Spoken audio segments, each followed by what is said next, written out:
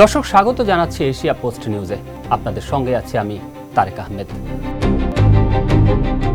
সরকারিতে বাড়বে 100% পর্যন্ত বেতন, লাভ হবে যে গ্রেডের চাকরিজীবীদের। বান্দরবানে ভয়াবহ অবস্থা, বন্ধ সব পর্যটন কেন্দ্র। সৌদি প্রবাসীদের যে বিষয়ে সতর্ক করল দূতাবাস। চাপে পড়ে এবার 8,000 কোটি টাকার এয়ারবাস কিনছে সরকার। এবার সুখবর পেল মাধ্যমিকের শিক্ষার্থীরাও। বের করে দিলেন ছেলে, বুকে কোরআন নিয়ে কাঁদতে কাঁদতে বাড়ি ছাড়লেন মা।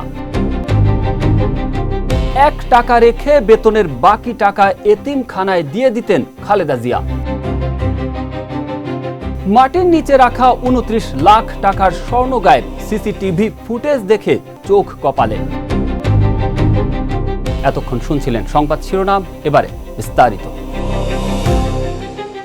নতুন বেতন কাঠামোয় সরকারি চাকরিজীবীদের মূল বেতন সর্বোচ্চ 100% পর্যন্ত বাড়তে পারে, তবে সব গ্রেডে সমান হারে বেতন বাড়বে না। নিম্ন গ্রেডের কর্মচারীদের বেতন তুলনামূলক বেশি বাড়ানো হতে পারে। সোমবার জাতীয় বেতন কমিশন 2025 সুপারিশ প্রণয়ন কমিটির সভায় এ বিষয়ে আলোচনা হয়েছে। বৈঠক সূত্রে জানা যায়, নবম জাতীয় বেতন কমিশনের প্রতিবেদন পর্যালোচনা করে সরকারের জন্য চূড়ান্ত সুপারিশ তৈরির লক্ষ্যে গঠিত কমিটি আগামী সপ্তাহে আরেকটি সভায় বসবে। এরপর সচিব কমিটির সুপারিশ পরের সপ্তাহে মন্ত্রিসভায় উঠবে। সংশ্লিষ্ট সূত্রগুলো বলছে, বর্তমান সরকারের লক্ষ্য হচ্ছে নিম্ন গ্রেডের কর্মচারীর ক্রয় ক্ষমতা বাড়ানো। সে কারণে 10ম থেকে 20তম গ্রেডের কর্মচারীদের জন্য তুলনামূলক বেশি বেতন রাখার সুপারিশ আসতে পারে। অন্যদিকে 1ম থেকে 9ম গ্রেডের কর্মকর্তাদের ক্ষেত্রে উল্লেখযোগ্য বৃদ্ধি থাকলেও তা কিছুটা সীমিত হতে পারে। অর্থ বিভাগের সংশ্লিষ্ট কর্মকর্তাদের সঙ্গে কথা বলে জানা গেছে, 1ম থেকে 9ম গ্রেড পর্যন্ত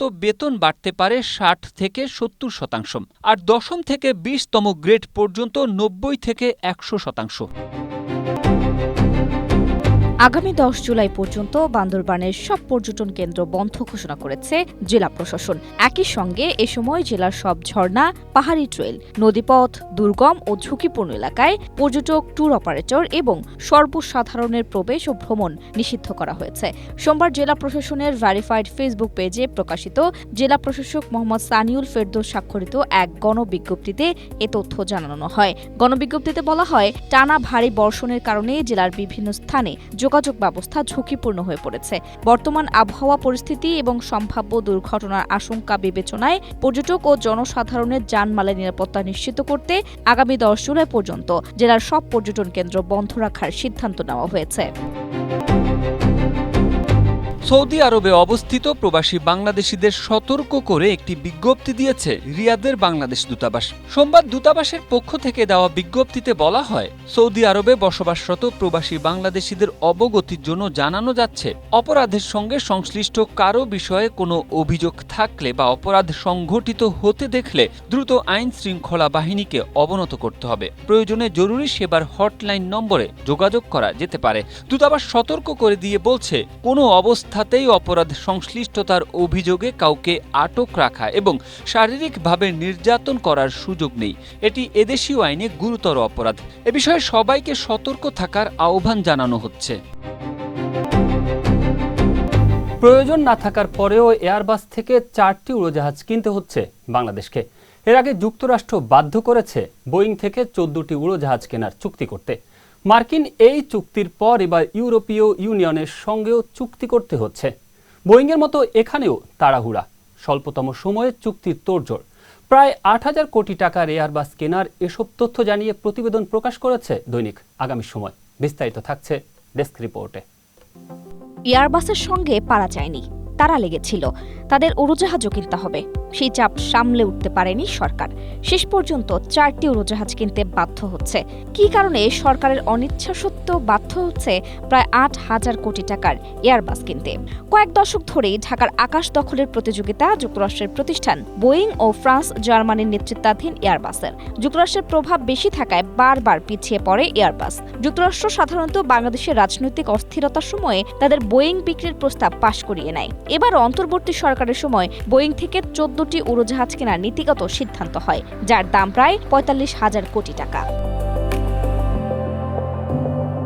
এদিকে এয়ারবাসের বিক্রি প্রস্তাব বিশ্লেষণে মিলেছে প্রাথমিকভাবে 4টি দূরপাল্লার A350-900 উড়োজাহাজ বিক্রির পরিকল্পনা তাদের। উড়োজাহাজগুলো 2034 ও 2035 সালের মধ্যে ধাপে ধাপে সরবরাহ হবে। প্রথমটি 2034 সালের জানুয়ারি থেকে জুনে, দ্বিতীয়টি একই বছরের জুলাই থেকে ডিসেম্বরে, তৃতীয়টি 2035 সালের জানুয়ারি থেকে জুনে এবং চতুর্থটি একই বছরের জুলাই থেকে ডিসেম্বরে। সব ছাড় সমন্বয়ের পর প্রতিটি উড়োজাহাজের সম্ভাব্য নিট মূল্য দাঁড়ায় প্রায় 1981 কোটি টাকা, অর্থাৎ 4টি এয়ারবাসের মোট দাম প্রায় 7924 কোটি টাকা। বোয়িং এর তুলনায় এয়ারবাসের দাম বেশি হলেও তারা ছাড় দিয়ে বাংলাদেশে নতুন করে প্রবেশ করতে চাইছে।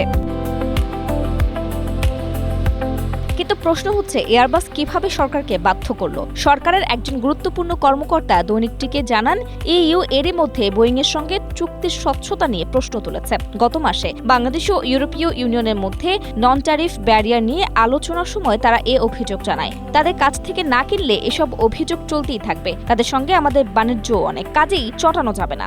আমাদের রপ্তানির প্রায় অর্ধেক সেখানে যায়, তাই দুপক্ষকেই খুশি করার কৌশলী রাস্তায় থাকতে হচ্ছে। Desk report, Asia post.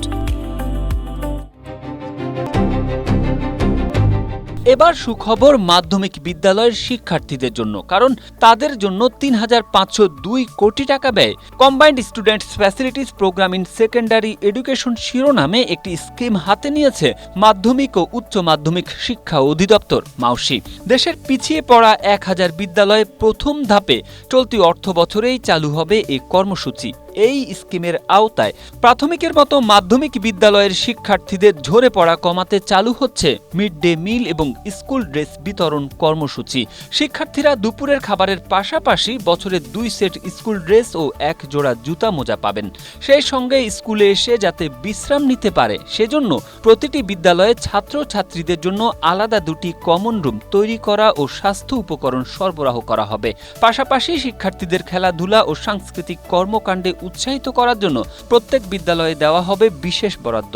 স্কিমটির মাধ্যমে প্রথম ধাপে উপকার পাবে 2 লাখ শিক্ষার্থী।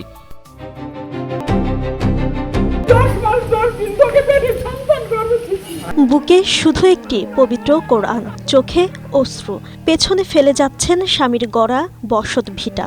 অভিযোগ, একমাত্র ছেলের মানসিক নির্যাতন সহ্য করতে না পেরে বৃদ্ধ বয়সে নিজের বাড়ি ছাড়তে বাধ্য হয়েছেন রাশেদা বেগম। যে বাড়ি তিনি স্বামীর সঙ্গে তিলে তিলে গড়ে তুলেছিলেন, জীবনের শেষ বয়সে সেই বাড়ি থেকেই চোখের জলে বেরিয়ে যেতে হলো তাকে। এখন তার আশ্রয় বাবার বাড়ি, যে বাড়ি থেকে একসময় কোণে হয়ে বিদায় নিয়েছিলেন, দীর্ঘদিন পর আবার ফিরতে হলো সেখানেই।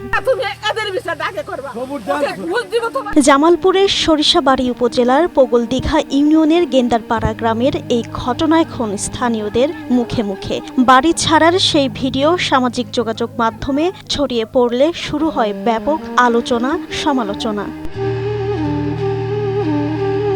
মোজাম্মেল হক গুঠু তালুকদারের মৃত্যুর পর তার দ্বিতীয় স্ত্রী রাশেদা বেগম এই বাড়িতেই বসবাস করছিলেন। তার একমাত্র ছেলে রাশেদুল ইসলাম জাকির স্ত্রীকে নিয়ে টাঙ্গাইলের মধুপুরে শ্বশুর বাড়িতে থাকেন। রাশেদা বেগমের ভাষ্য, ওয়ারিশ সূত্রে পাওয়া 56% জমি তিনি প্রায় 8 লাখ টাকায় তার ভাইদের কাছে লিখে দেন। এরপর থেকেই মা ছেলের মধ্যে বিরোধের সূত্রপাত। ওই জমি নিজের নামে লিখে দিতে ছেলে চাপ দেন বলেও অভিযোগ করেন তিনি। রাশেদা বেগমের দাবি, বিষয়টি নিয়ে একাধিকবার সালিশ হলেও কোনো সমাধান হয়নি। সর্বশেষ রোববারও সম্পত্তি লিখে দেওয়ার জন্য চাপ দেওয়া হয়। তিনি রাজি না হওয়ায় মানসিকভাবে নির্যাতন করে বাড়ি ছাড়তে বাধ্য করা হয়। তবে এসব অভিযোগের বিষয়ে রাশেদুল ইসলাম জাকিরের বক্তব্য পাওয়া যায়নি। এ ঘটনায় সরিষাবাড়ি থানায়ও কোনো লিখিত অভিযোগ হয়নি। তবে বিষয়টি খতিয়ে দেখে প্রয়োজনীয় ব্যবস্থা নেওয়ার কথা জানিয়েছেন থানার ভারপ্রাপ্ত কর্মকর্তা Mohammad Iqbal Hossain. Desk report, Asia post. মাত্র 1 টাকা রেখে বেতনের পুরোটাই এতিমখানায় দিয়ে দিতেন সাবেক প্রধানমন্ত্রী খালেদা জিয়া। এছাড়াও দুস্থ, দরিদ্র ও এতিমদের সাহায্য এবং চিকিৎসায়ও সহায়তা করতেন তিনি। শুধু তাই নয়, দরিদ্র পরিবারের মেধাবী ছাত্রছাত্রীদের লেখাপড়ার খরচও বহন করতেন 3 বার প্রধানমন্ত্রীর দায়িত্ব পালন করা প্রয়াত এই বিএনপি নেত্রী। তবে তিনি চাইতেন না এসব প্রচার হোক। এর মধ্যে 2001 সালে একটি ছেলে এসএসসি পরীক্ষাতে ফার্স্ট স্ট্যান্ড করে।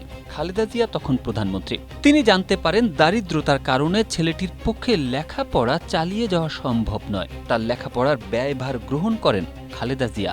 সেই ছেলেটি বর্তমানে যুগ্ম সচিব।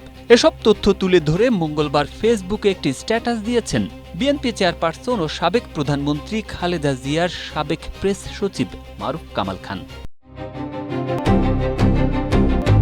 বাড়ির নির্মাণ কাজ চলছিল। বাড়ির লোকজনের আনাগোনা থাকায় প্রায় 29 লাখ টাকার স্বর্ণালংকার মাটির নিচে লুকিয়ে রেখেছিলেন গৃহকর্ত্রী। কিন্তু টাইলস বসানোর সময় মাটি খুঁড়তেই বেরিয়ে আসে সেই কৌটা। কৌশলে সেটি নিয়ে পালিয়ে যান দুই টাইলস মিস্ত্রি। পুরো ঘটনায় ধরা পড়ে বাড়ির সিসিটিভি ক্যামেরায়। মেহেরপুরের গাংনী উপজেলার মুন্দা মাঝের গ্রামে গেল রোববার এই ঘটনা ঘটেছে। ভুক্তভোগী নার্গিস বানুর দাবি, ছেলের পাঠানো টাকায় বাড়ির নির্মাণ কাজ চলছিল। নিরাপত্তার কারণে নিজের ও দুই মেয়ের প্রায় 11 ভরি 14 আনা স্বর্ণালংকার, যার দাম প্রায় 29 লাখ টাকা, সেটি উঠানে সিঁড়ির পাশে মাটির নিচে পুঁতে রাখেন। এদিকে কাজ শেষে মিস্ত্রিরা চলে যাওয়ার পর স্বর্ণালংকার না পেয়ে সিসিটিভি ফুটেজে দুই মিস্ত্রির কাণ্ড ধরা পড়ে। পরে সোমবার পুলিশের অভিযানে একজনকে গ্রেপ্তার করা হয়। পরে তার দেওয়া তথ্যের ভিত্তিতে কুষ্টিয়া ও ঝিনাইদহে অভিযান চালিয়ে চুরি হওয়া অধিকাংশ স্বর্ণালংকার উদ্ধার করেছে পুলিশ।